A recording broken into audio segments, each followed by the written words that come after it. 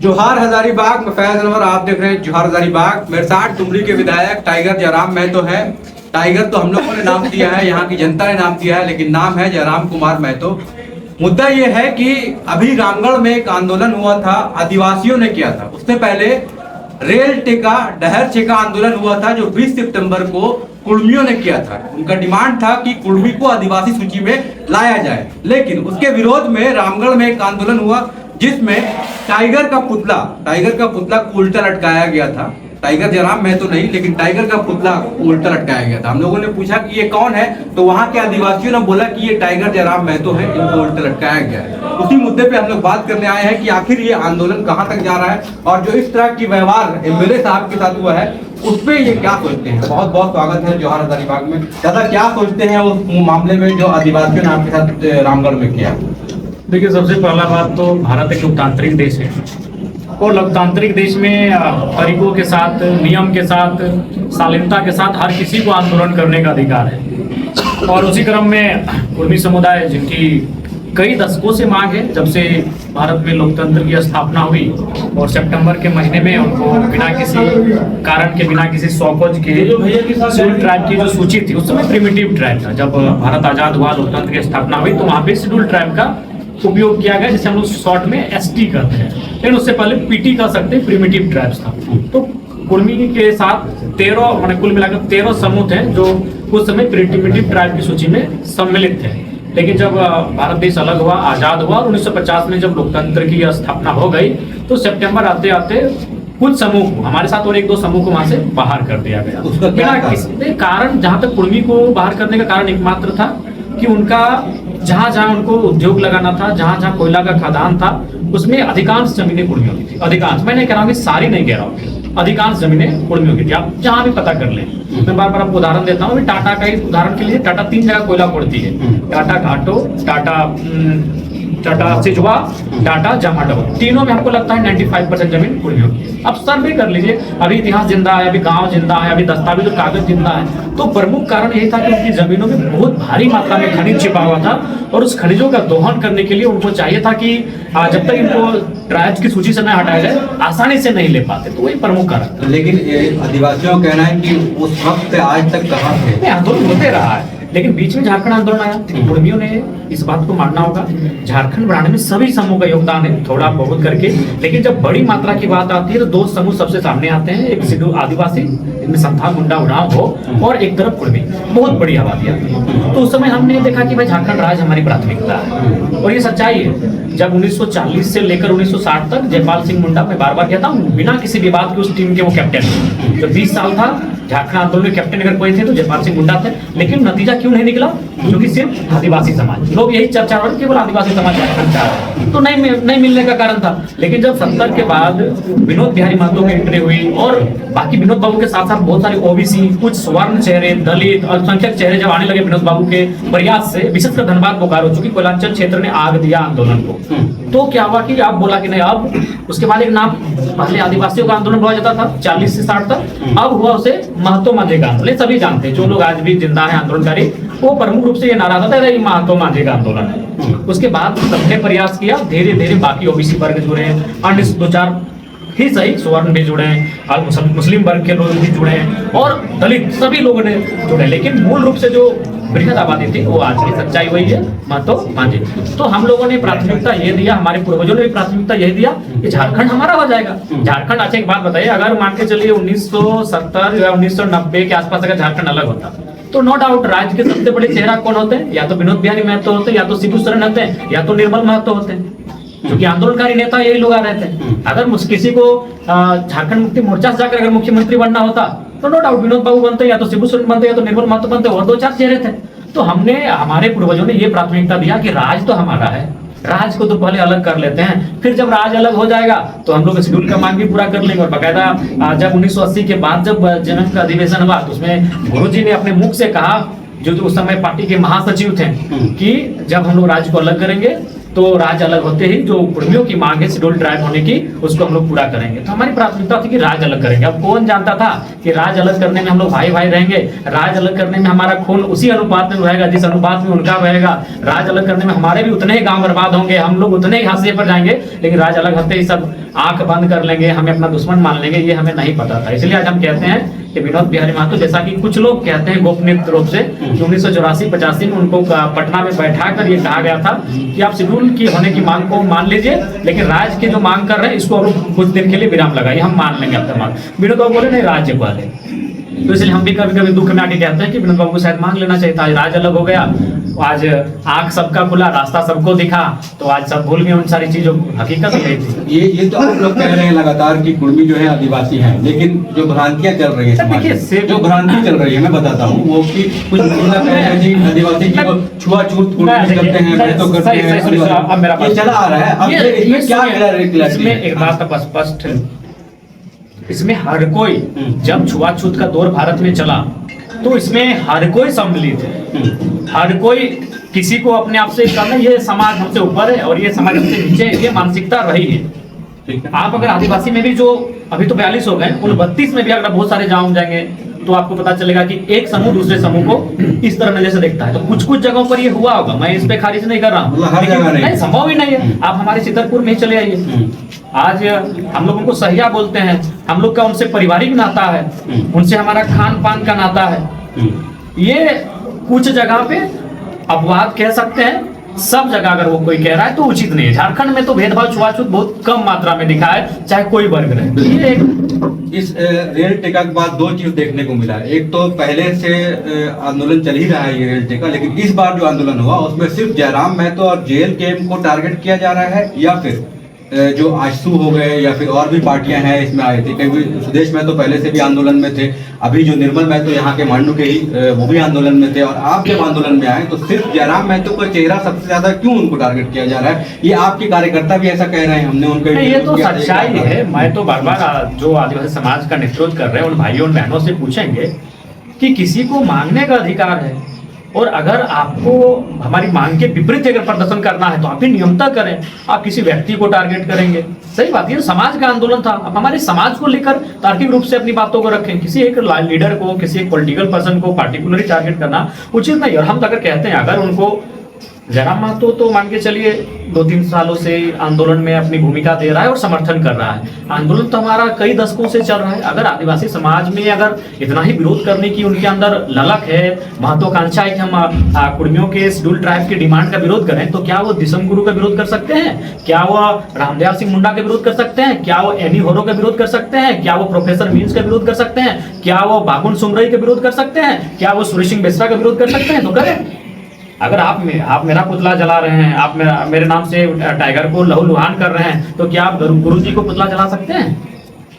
क्या सपोज जरा गुरु जी जिंदा होते हैं तो क्या आप उनका पुतला जला सकते हैं? आज अगर रामदयाल सिंह मुंडा जी जिंदा होते तो क्या आदिवासी समाज उनका पुतला जला सकता है? उन्होंने भी तो खुले मंचों में कहा है, रामदयाल सिंह मुंडा क्या उनको आदिवासी समाज मानता है या नहीं मानता है, हम इतना पूछना चाहते हैं। दिसम गुरु शिबू सोरेन उनको आदिवासी समाज मानता है या नहीं मानता है, हम इतना पूछना चाहते हैं। बाबुल सुमरई उनको आदिवासी समाज मानता है या नहीं मानता है, इतना पूछना चाहते हैं। उन बड़े नेताओं ने जिनका कद कई आसमान जैसा ऊंचा है झारखंड की राजनीति में, उन्होंने खुला समर्थन दिया है। चलिए मान लेते हैं दिसम गुरु शिबू सोरेन की मजबूरी हो सकती है, क्योंकि उनको ये बात सत्य है, उनको बनाने में कुर्मी समुदाय का बहुत बड़ा योगदान है। उनका जो जीवन बीता है वो कुर्मी गाँव में 50% कुर्मी गाँव बीता है, तो चलिए उन्होंने कह दिया कि चलिए हम इनको कुर्मी का मांग को मानते हैं। होरो साहब की क्या मजबूरी थी, बागुन सुमरई साहब की क्या मजबूरी थी, वो तो वहां से जीत कर आते थे जहाँ कुर्मियों का उतना प्रभाव भी नहीं था।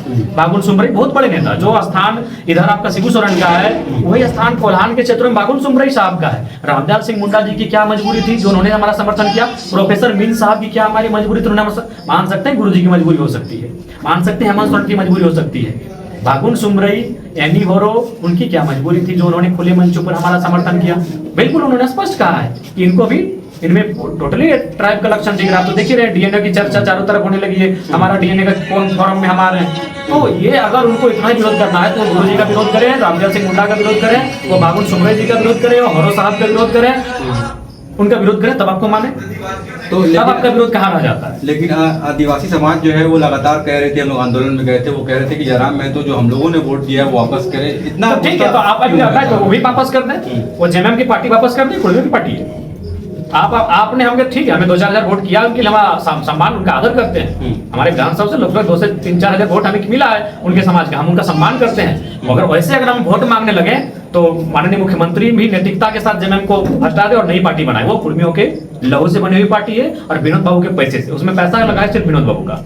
दिसम गुरु का संघर्ष है, लेकिन पैसा ओनली विनोद बाबू लगाए, क्योंकि वो उस समय वकील थे, कागज पत्र आप ही जानते हैं, पार्टी बनाने में कागज पत्र काम होता है। गुरु जी पढ़े लिखे नहीं थे, उनका आदर करते हैं, सम्मान करते हैं, लेकिन सच्चाई बोलने में हम डरते नहीं है। तो वो विनोद बाबू की पार्टी है, उनके कागज कलम लगा है, उन्होंने सारा दौड़ धूप किया है पार्टी को बनाने में। एक काम करिए, जेएमएम पार्टी को माननीय मुख्यमंत्री छोड़ दें और कोई नया नाम से पार्टी बनाए। अगर वो हमसे 2013 जो वोट दिए उसका अगर हिसाब मांग रहे हैं तो हम लोग भी कहेंगे भाई वो पार्टी हमारे संघर्ष से बनी है। निर्मल महतो खून से बना है, तो झारखंड मुक्त नहीं, हमको बोलने दीजिए, झारखंड मुक्ति मोर्चा निर्मल महतो खून से बना है।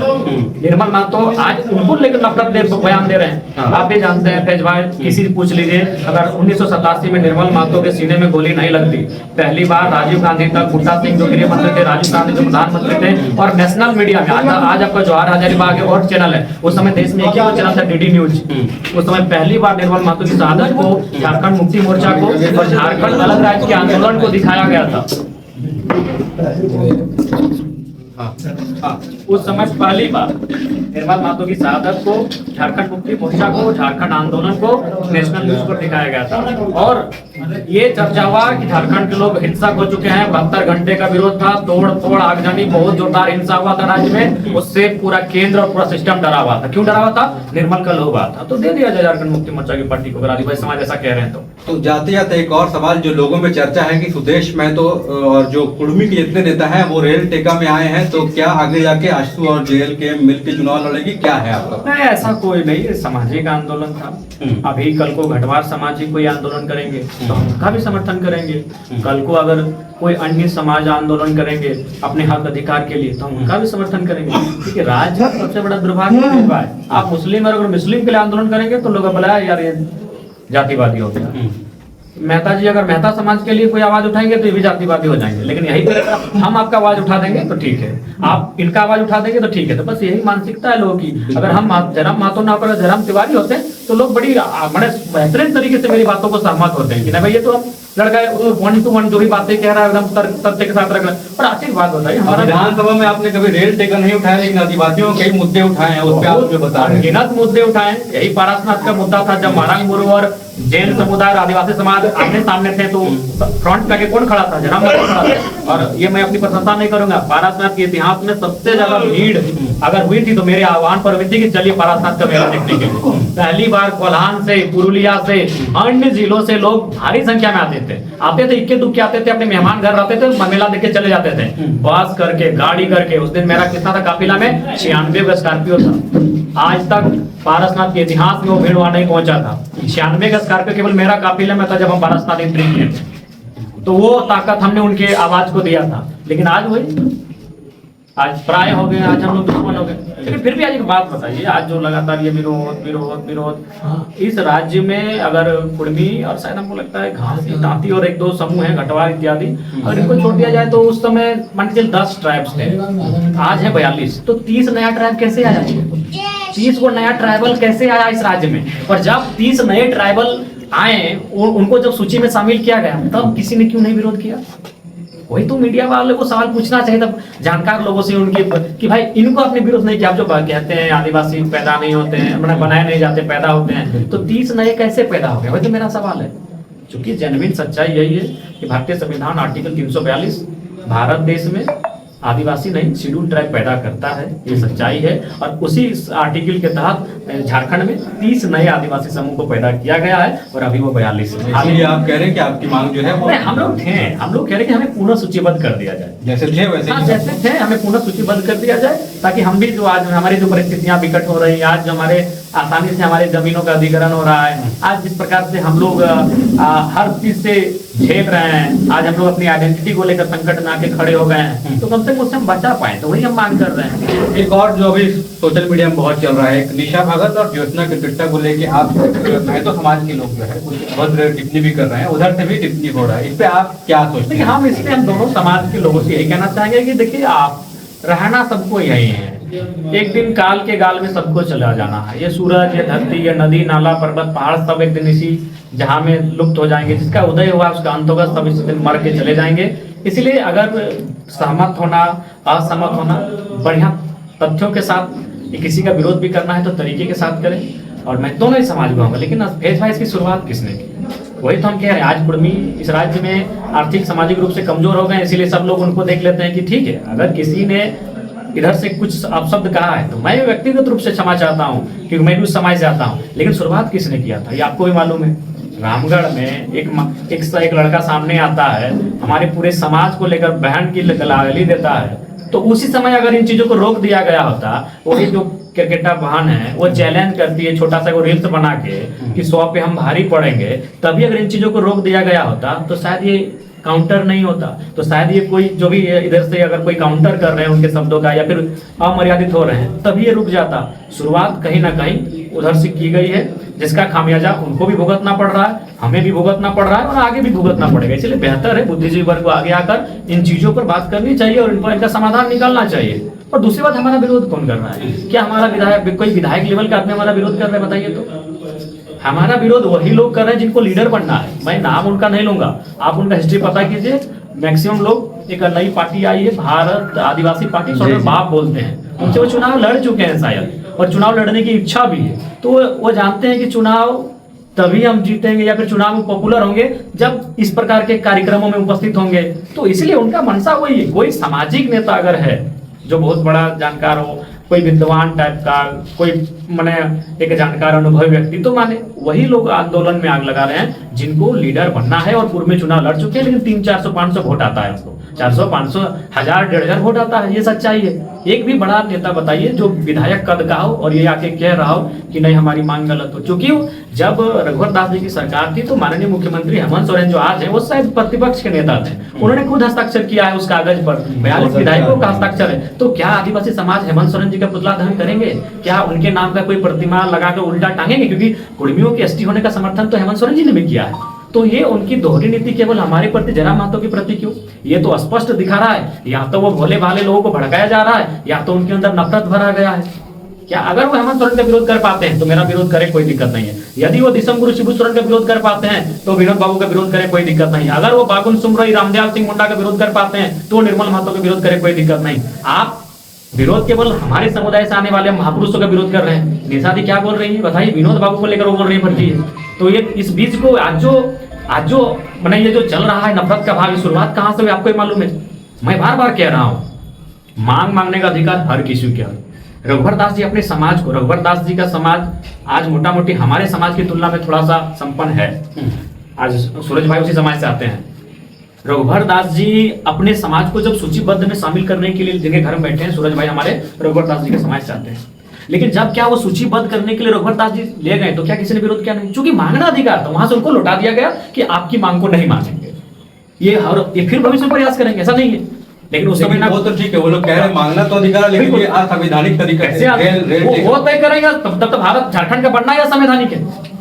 अगर कुर्मियों का रेल टेक कर आंदोलन करना असंवैधानिक है तो झारखंड का बनना ही असंवैधानिक है। क्योंकि हमने झारखंड लिया ही है लड़के, लहू से झारखंड लिया है। उस समय भी रेल टेका गया था। उस समय हमारा घर जीटी रोड में है, कई गाड़ियों को लाइन में खड़ा करके आग जला दिया जाता था। हमारे चाचा लोग लगाते थे, उनको अभी पेंशन मिल रहा है आंदोलनकारी का। उनको पुलिस पीटती थी, जेल में भरती थी जब वो गाड़ियों को रोकते थे। क्योंकि आंदोलन जब भी होता है, झारखंड आंदोलन में हिंसा का रोल है। जिनको दिक्कत है, सुनने में दिक्कत हो, भारत की आजादी में भी हिंसा का रोल है। अगर भगत सिंह, सुभाष चंद्र बोस, उनके साथ जो हुआ वो हिंसा है। गांधी के साथ जो हुआ वो अहिंसा है। तो हिंसा दोनों का मिश्रण है। मैं स्पष्टवादी हूँ, इसलिए बातों को स्पष्ट कहता हूँ। तो जिनको लग रहा है कि रेल टेकना असंवैधानिक है, झारखंड राज्य भी उसी रास्ते से मिला है, सीधी सी बात है।